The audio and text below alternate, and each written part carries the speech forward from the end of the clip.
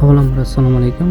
Bugun sizlarga o'zimni loyiham, ya'ni Langward haqida tushuncha berib o'tib ketmoqchiman. Langward bu Flutter dasturlashtiriladi ishlab chiqilgan mobil ilova hisoblanadi. Bu hozirda MVP ko'rinishida ishlab chiqilgan va hozirda bir qancha test sinovlaridan o'tib kelmoqda.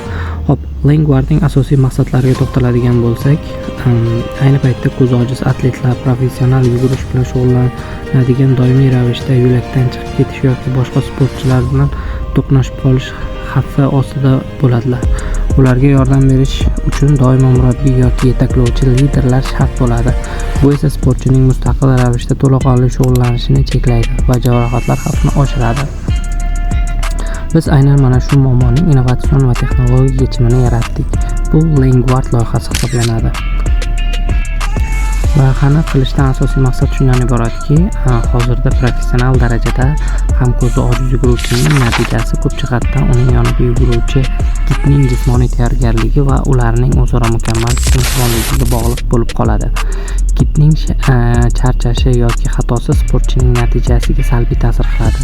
Hozirda zamonaviy sportda ham bunga yangi yechim berilmagan hisoblanadi. Ikkinchi muammoga to'xtaladigan bo'lsak, oddiy sportchilar o'zlarining yugurish videosini ko'rib, xatolarni to'g'rilashi mumkin. Ko'zi ojiz atletlar esa o'z texnikasini, tana qiyaligi, oyoq bosish burchagi, tezlik fazalarini ko'ra olishmaydi va murabbiyning og'zaki tushuntirishlarini to'liq tasavvur qila olishmaydi va ularga kamdan-kam holda statistika orqali xatoni kuzatishga yechim berishadi.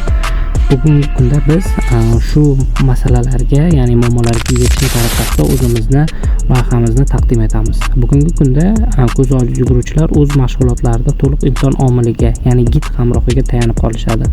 Ular o'z trayektoriyasini mustaqil nazorat qila olmaydi va vizual tahlil imkoniyatidan mahrum hisoblanadi. Bizning loyihamiz bu ko'zi ojiz atletlarning yugurish yo'lakchasidagi harakatini aqlli tarzda nazorat qiluvchi va ularni xavfsiz yo'naltiruvchi maxsus tizim hisoblanadi.